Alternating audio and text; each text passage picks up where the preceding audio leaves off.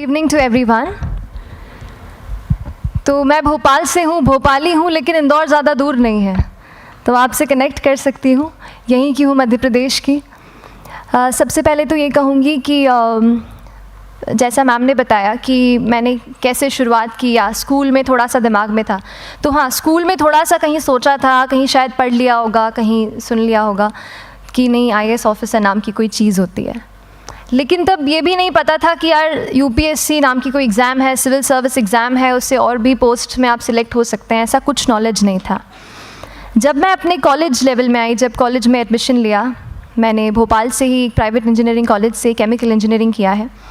और उस दौरान मुझे जब मैंने सोचना शुरुआत की कि क्या बनना है, कंटेम्पलेट किया कि एग्जैक्टली क्या करियर चाहती हूँ, तो लगा कि यार कहीं जो पुरानी ड्रीम थी, एक जो सपना था, वो अभी उसको सामने लाना चाहिए।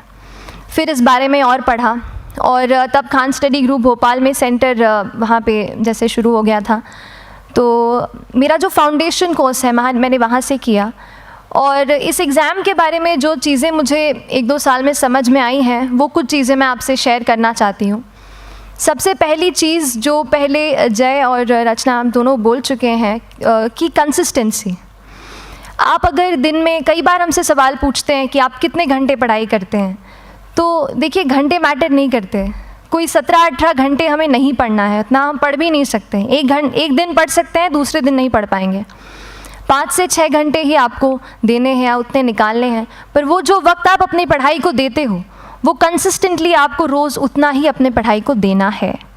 Consistency is the key, that is the first and the most important thing जो आपको ध्यान में रखनी है। दूसरी चीज़ इस एग्ज़ाम में मुझे लगता है इक्वली इम्पॉर्टेंट है, क्योंकि ये जर्नी लंबी होती है। जैसे एग्ज़ाम ही 1 साल तक चलती है, आप प्रीलिम्स देते हैं, फिर आप मेंस देते हैं, आप इंटरव्यू में जाते हैं पर्सनालिटी टेस्ट के लिए, तो एग्ज़ाम 1 साल तक खुद चलती है। उसके पहले मान लीजिए आप 1-1.5-2 साल पहले से प्रिपेयर कर रहे हो, तो ये जर्नी काफ़ी लंबी रहती है। उस जर्नी में मेंटली अपने आप को मोटिवेट रखना, अपने आप को बूस्ट करते रहना, वो भी इक्वली इम्पॉर्टेंट है। और इसीलिए अपने आप पर भरोसा बेहद ज़रूरी है। You need to have a faith in yourself कि अगर आपने इसमें कदम रखा है, अगर आपने सोचा है कि आप सिविल सर्विस एग्ज़ाम देना चाहते हैं और देंगे, तो आपको ये ठान के उसमें जाना है कि हाँ, मैं ये कर सकता या कर सकती हूँ। ये एक अपना मोटिवेशन, अपने साथ एक फेथ, बिलीफ अपने ऊपर आपको हमेशा रखना है। कमिंग टू प्रेपरेशन की कैसे तैयारी करनी है, बहुत सारी बातें आप सुन चुके हैं कि आंसर राइटिंग में कैसे करना होता है, आंसर राइटिंग का स्ट्रक्चर कैसा होना चाहिए। तो मैं शुरू में सबसे पहले ये कहूँगी कि मेरे प्रिपरेशन का बेस 2 चीज़ें रहीं। पहला था करंट अफेयर्स। करंट अफेयर्स इसलिए मैंने उसको उसी से शुरुआत की क्योंकि करंट अफेयर्स सबसे इंटरेस्टिंग पार्ट होता है।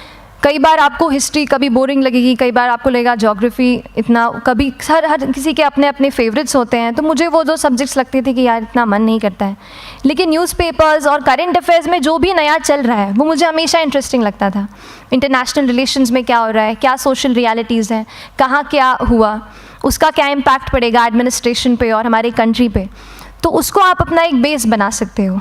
आप करंट अफेयर्स बेस्ड प्रिपरेशन कर सकते हैं, इसलिए भी क्योंकि अगर आप मेंस एग्ज़ाम देखेंगे तो काफ़ी डायनामिज्म आ गया है, केवल प्रीलिम्स में नहीं बल्कि जनरल स्टडीज़ पेपर 2, पेपर 3 में भी आप देखेंगे कई सारे ऐसे सवाल हैं जो करंट इवेंट्स से इंस्पायर्ड होते हैं, उन पे बेस्ड रहते हैं।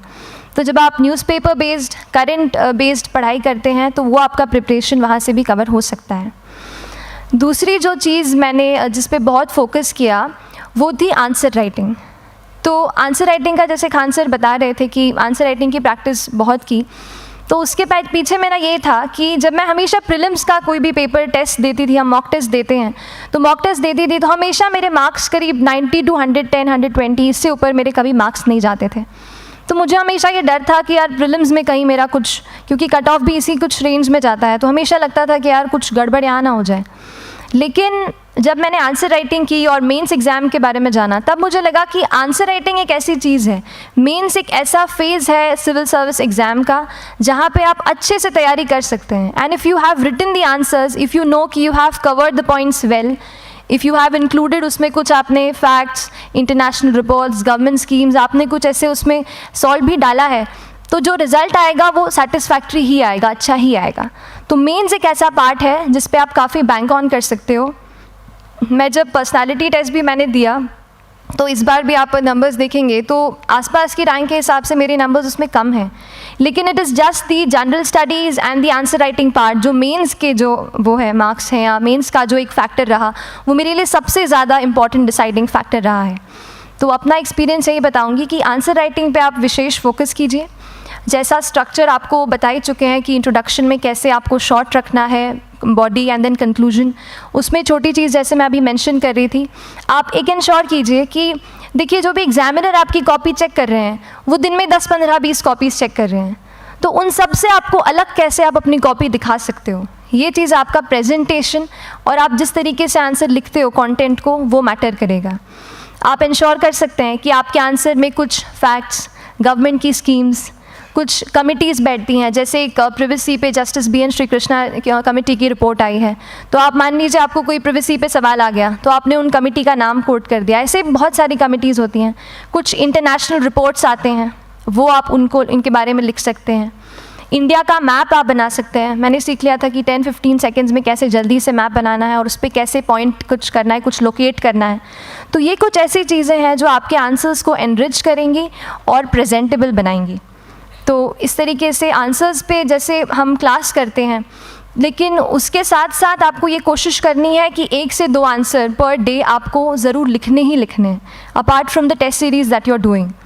आंसर राइटिंग से 2-3 चीज़ें होती हैं, ना केवल हमारी एक लिखने का हमें समझ आता है हम क्या लिखते हैं कैसा है, पर हमारा कॉम्प्रिहेंशन भी इम्प्रूव होता है। हमें कितना समझ में आया वो भी हमें खुद समझ आता है जब हम आंसर्स लिखते हैं। और इसीलिए आंसर राइटिंग पे आप फोकस कीजिए, 1 से 2 आंसर ज़रूर लिखिए। और आंसर राइटिंग के बाद the third pillar of my preparation जो काफ़ी इंपॉर्टेंट जिसने रोल प्ले किया, that was tests and test series and mocks. देखिए हम पढ़ रहे हैं यहाँ पर, I will also come to the point कि हम कैसे दिल्ली, भोपाल और इंदौर में प्रिपेयर करके बिना दिल्ली जाए हम कैसे कर सकते हैं, I will come to that point. पर उसके पहले टेस्ट की थोड़ी बात कर लेती हूँ कि टेस्ट देना क्यों ज़रूरी है। हम ये जो एग्ज़ाम दे रहे हैं सिविल सर्विस की, ये एक ऑल इंडिया लेवल एग्ज़ाम है and this cut throat competition.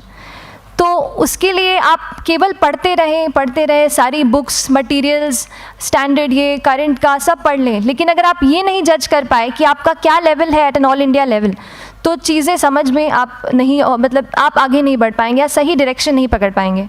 तो इसलिए आप टेस्ट से घबराइए मत। कई बार टेस्ट का इनर्शिया होता है, ऐसे लगता है कि जब तक पूरा सिलेबस कंप्लीट नहीं कर लूँ तब तक टेस्ट नहीं दूंगा, लेकिन सच में बात ये होती है कि जब तक हम GS के मतलब पेपर देने अंदर भी घुसते हैं ना, तब भी उस सेकंड पे लग रहा होता है कि कुछ छूट गया है हमारा।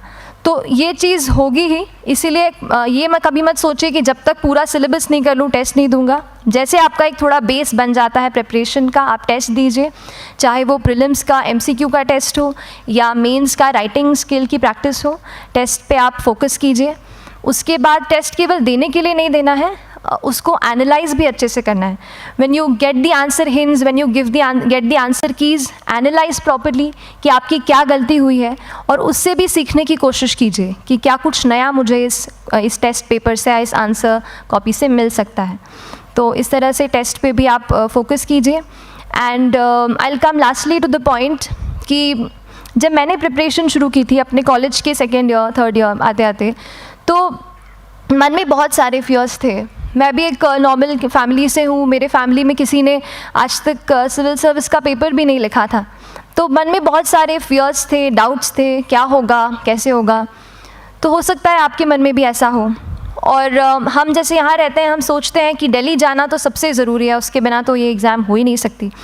तो उस पर मैं एक चीज़ बताना चाहूँगी कि जैसे KSG जैसे इंस्टीट्यूट हैं, जो फैकल्टी भी हमें वही मिलती है जो दिल्ली में पढ़ा रहे हैं, तो ये एक बहुत पॉजिटिव पॉइंट है कि क्वालिटी का कोई दिक्कत नहीं आएगी।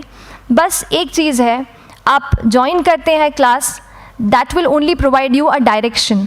वो आपका रास्ता दिखा सकते हैं आपको कि इस रास्ते पर आपको चलना है, लेकिन चलना उस रास्ते पे आपको खुद है। You have to work on your own. कभी ये मत सोचिए कि मैं वहाँ नहीं जा पा रहा हूँ तो नहीं हो सकता, यहाँ है, तो हम एक्सक्यूज़ेस बनाते हैं। कई बार चैलेंजेस आते हैं। तो मैंने कॉलेज के साथ प्रिपरेशन की, तो उसमें भी काफ़ी दिक्कत आती थी। कभी कभार कॉलेज की एग्ज़ाम होती थी तो इसमें मैं अपना उतना वक्त नहीं दे पाती थी। तो उस मोमेंट पे फिर प्लानिंग ने मुझे बहुत हेल्प किया कि हम किस तरीके से अपने कॉलेज के एग्ज़ाम के लिए प्लान कर लें। जैसे मैंने इंजीनियरिंग की है और मुझे पता है कि हम इंजीनियर्स 1 महीने से ज़्यादा पहले से पढ़ते नहीं हैं। पढ़ते हैं क्या? तो वो चीज़ आप ध्यान रख सकते हो, उसको अपना स्ट्रॉन्ग पॉइंट बना सकते हो। 1 से 1.5 महीना जब exam is approaching, I use to plan my entire syllabus का प्रिंट आउट निकाल के I use to make my notes, उस तरीके से उसको मैं उसको संभाल लेती थी। तो whenever you are managing those things together, focus on planning, किस तरीके से आप एक माइक्रो प्लान बनाएं, अपना डेली एक प्लान बनाएं, वीकली टारगेट सेट करें और एक ब्रॉड विजन दिमाग में रखें कि ब्रॉडली आप मंथ्स में क्या कवर करने वाले हैं। अगर आप प्लानिंग अच्छे से करते हैं तो ज़्यादातर पोर्शन आपका वहीं से कवर हो जाता है, और जब आप टारगेट्स बनाते हैं, उनको टिक करते हैं, तो एक सेंस ऑफ कंप्लीशन भी आपको मिलता है कि yes I am on the right path और मैं सही जा रहा हूँ या जा रही हूँ। तो इस तरीके से प्लानिंग पे भी इक्वली फोकस कीजिए। एंड बस यही सिंगल बिगेस्ट मैसेज मेरी तरफ से यही रहेगा कि आपने अगर ठान लिया है, अगर आप सोचते हैं कि आप एग्ज़ाम क्रैक कर सकते हैं, तो आपको रोकने वाला और कोई नहीं, आप खुद ही हो सकते हैं। तो खुद आप अपनी रुकावट कभी मत बनिए, एक्सक्यूज़ेस मत बनाइए। ऑब्स्टिकल ज़रूर आएंगे, उन्हें आपको चैलेंज करना है। Challenges are meant to be challenged.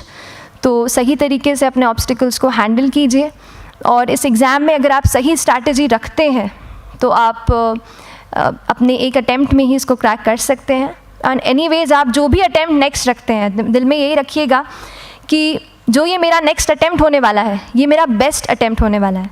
कभी भी इस एग्ज़ाम को हाफ हार्टेडली मत दीजिए कि चलो दे के देखता हूँ कैसा है पैटर्न का एग्ज़ाम का। अगर एग्ज़ाम का पैटर्न देखना है ना, तो घर पे 3 घंटा टाइम लगा के एग्ज़ाम दे दो, बस केवल पैटर्न देखने के लिए एग्ज़ाम अटैम्प्ट मत कीजिए। जब आप एग्जामिनेशन हॉल में जा रहे हैं या कोई अटैम्प्ट आपने सेट किया है, तो अपना सब कुछ उस एग्ज़ाम को दीजिए, अपना टाइम, एनर्जी, फोकस, जितना भी करेक्ट आप उसमें पॉजिटिविटी डाल सकते हैं उसको दीजिए, एंड पूरी तैयारी के साथ ही इस पेपर को दीजिए, and I am sure that you will succeed. So till then, all the very best to you and good luck. Thank you so much.